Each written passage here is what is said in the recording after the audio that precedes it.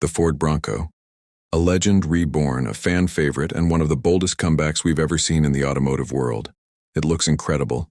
It turns heads everywhere. It screams adventure, even when it's parked. But behind all that hype lies a reality most buyers never hear until it's too late. Because beneath the rugged styling and the iconic Bronco badge, there are real problems. Problems that make daily ownership harder, pricier, and more frustrating than you'd ever expect from a modern SUV. So before you sign that contract, before you drop $40,000, $50,000, even $60,000, here are 8 big problems and why you should not buy a Ford Bronco, unless you know exactly what you're getting into. This is NextGen Wheels, and let's start with a big one. Problem number 8, the harsh on-road ride, and why it matters more than you think. The Bronco looks like the perfect everyday SUV. Wide stance, retro styling, bold presence. It's the kind of vehicle people buy just because it looks cool. But here's the part Ford won't emphasize.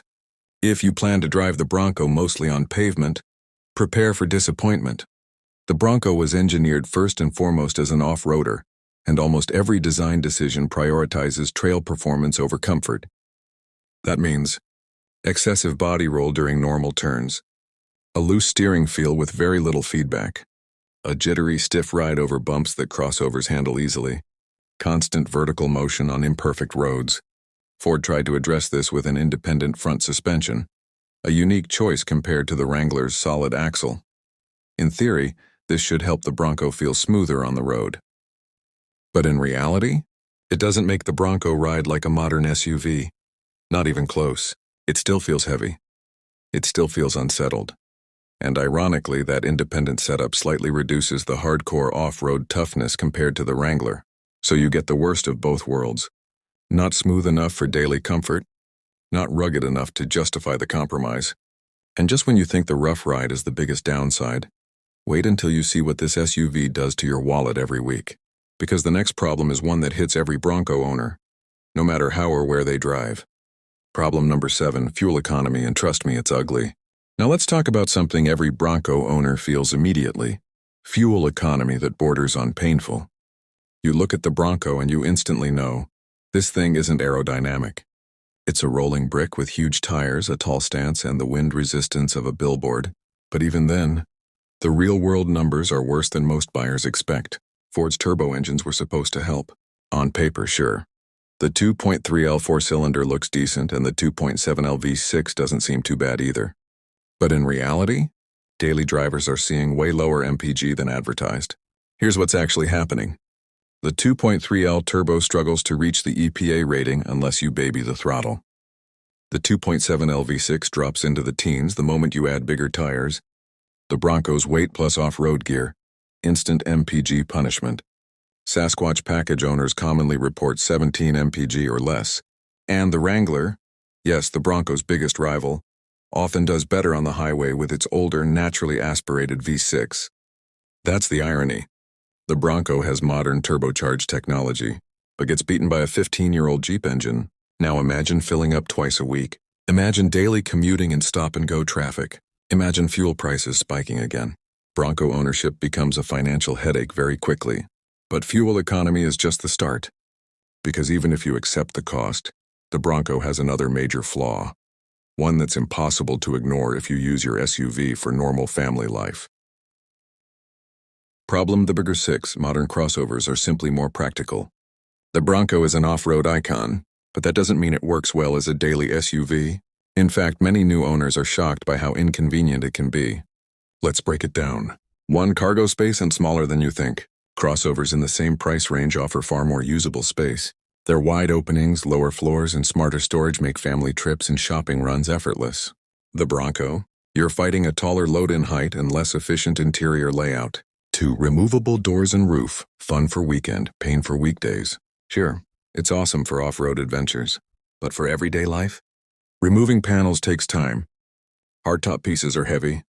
You need 2 adults to do it safely. Frequent removal wears out seals faster, and once those seals wear, you get rattles, wind noise, and leaks. Rear seat comfort. A step backwards. Rear passengers deal with upright seating. Tight legroom depending on model. Cup holders missing on some trims. Underseat air vents instead of center vents. It feels less like a modern SUV and more like a rugged utility vehicle from the early 2000s. 4. Everyday usability just isn't there. Crossover owners switching to a Bronco quickly realize it's louder, it's rougher, it's less spacious, it's less efficient, and far less convenient day to day. So unless you're buying it specifically for the trails, you're trading practicality for personality and data, and the gap is huge. But speaking of loud, there's another Bronco issue that almost every owner complains about, and that's coming up next. Problem number 5, cabin noise, and trust me, it's shocking for a $40,000, $60,000 SUV. Imagine this. You're cruising down the highway trying to enjoy some music, have a conversation, or take a hands-free call. But instead, you're battling a constant roar loud enough to drown out everything else. That's life inside a Ford Bronco. And no, it's not just part of the off-road experience. It's far worse than what most buyers expect. Here's why the Bronco is one of the noisiest modern SUVs on the market. 1. The boxy shape creates intense wind turbulence. The Bronco's retro styling looks incredible, but it's terrible for aerodynamics. At highway speeds, the wind slams into the front end and roof, producing a loud, almost airplane-like whooshing noise. 2. Off-road tires, sugar, non-stop road noise. Those aggressive, chunky tires that look great in photos. They turn every drive into a vibrating, rumbling soundtrack you can't turn off. 3. Hardtop and roof panel issues. Many owners report whistling through gaps, poor sealing around edges, rattling at certain speeds, water intrusion during rain. Ford offered sound-deadening roof materials, but owners consistently say the improvement is minimal at best. 4. Real-world driving, constant volume wars. Want to talk to someone in the back seat? You're practically shouting. Want to hear your playlist? You'll crank the volume until the speakers distort. Want a peaceful commute? The Bronco makes that nearly impossible. And loud interior noise is annoying. But the next problem is much more serious, because it affects your wallet, your safety, and the Bronco's long-term durability. Problem number 4. Reliability issues you can't ignore. Buying a rugged off-road SUV should give you confidence. Unfortunately, the Bronco has built a reputation for early mechanical failures, major recalls, and repeated complaints across multiple model years. Let's break down the biggest issues. 1. Engine problems, and they're not minor. Both of the Bronco's main engines have documented issues. 2.3L turbo i4. This engine inherited a long-standing issue with faulty turbo wastegate actuators. When they fail, owners experience loss of power, loud whining or rattling, turbo shutting down, expensive repairs. This isn't rare. It's a known pattern across several Ford vehicles using the same EcoBoost system. 2.7L twin-turbo V6. This one is even more concerning. The early 2.7L engines had a valve system defect that caused catastrophic failures at shockingly low mileage. We're talking engine shutting off, misfires, total engine replacement. The issue became so widespread that Ford issued a recall affecting hundreds of thousands of Broncos and other models. Imagine being deep on a trail when your engine decides it's done. No cell service, no tow access, no backup plan. That's not just inconvenient, it's dangerous. 2. Unusual tire wear and vibration issues. Bronco owners frequently report rear tire wear happening much too early, vibrations at low mileage, uneven wear even with proper alignment. Ford's solution? Rotate the tires more often, instead of fixing the underlying cause. 3. These problems aren't rare. These issues aren't isolated incidents. They're widespread patterns showing up repeatedly in owner forums, service bulletins, and recall databases. A vehicle built for remote adventures should inspire confidence. Unfortunately, for many Bronco owners, reliability becomes a constant question mark. Next up, problem number 3, infotainment failures. Because even when the Bronco's hardware works, its tech has a mind of its own. Modern SUVs live or die by their technology, especially when you're paying luxury-level prices. And Ford's Sync 4 system looks impressive at first glance. Big 12-inch screen, wireless Apple CarPlay, wireless Android Auto, built-in navigation, over-the-air updates. Sounds great, right? Well, not when you actually use it, because Bronco owners keep running into the same frustrating issues, ones that shouldn't exist in a brand new SUV. Here's what's happening. 1. Screen freezes at the worst times. Users report the screen locking up when switching apps, using navigation, Adjusting settings. Connecting to Bluetooth. Sometimes the only fix is restarting the entire system while you're driving. 2. Touch inputs lag or don't register. Want to quickly change a station? Good luck. The system often delays responses, misses touches, freezes temporarily, forces you to press repeatedly. In a vehicle meant for off-road use where you rely on navigation and quick menu changes, this becomes a major safety issue. 3. Bluetooth issues across many devices. One of the most common complaints. Random disconnects, even during calls or music playback. Android users suffer the most, but Apple users experience dropouts too. You hop in the car, try to play your playlist, and suddenly the audio cuts out mid-drive. 4. Slow reboots and random glitches. There are reports of the system restarting by itself, audio disappearing, maps not loading, backup camera freezing temporarily. In 2025, this kind of tech behavior is unacceptable, especially in an SUV marketed as trail-ready and adventure-proof. But believe it or not, the Bronco's build quality issues might be even more disappointing. Problem number 2, build quality that doesn't match the price tag. The Bronco's interior design is fun, rugged, and visually appealing, no doubt about that.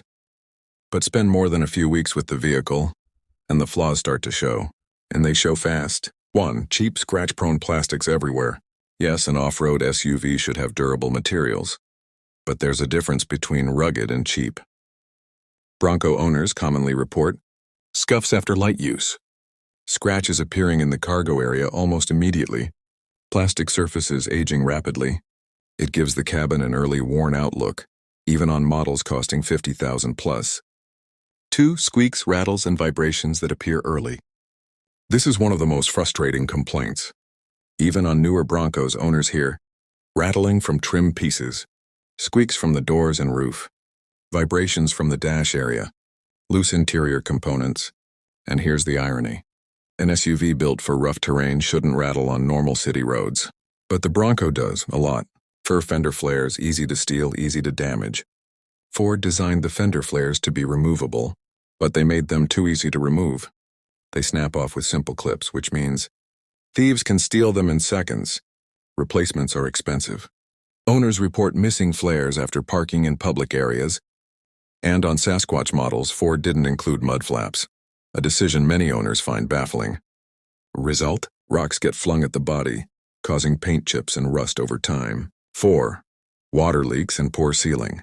Multiple owners report water entering through roof seams, trunk carpet getting damp, wind whistling through gaps. These are basic quality checks, and yet the Bronco struggles with them. Next, we hit the final, most painful problem. Problem number 1, the price. And the way Ford positions the Bronco may be the biggest drawback of all. So after all the issues we've talked about, the harsh ride, the fuel costs, the noise, the reliability concerns, the tech glitches, and the questionable build quality, you might be thinking, well, at least the Bronco is a good value, right? Unfortunately, that's the biggest problem of all. Because the Ford Bronco isn't just expensive, it's shockingly expensive for what you get. Let's break it down. 1. The affordable Bronco isn't actually affordable.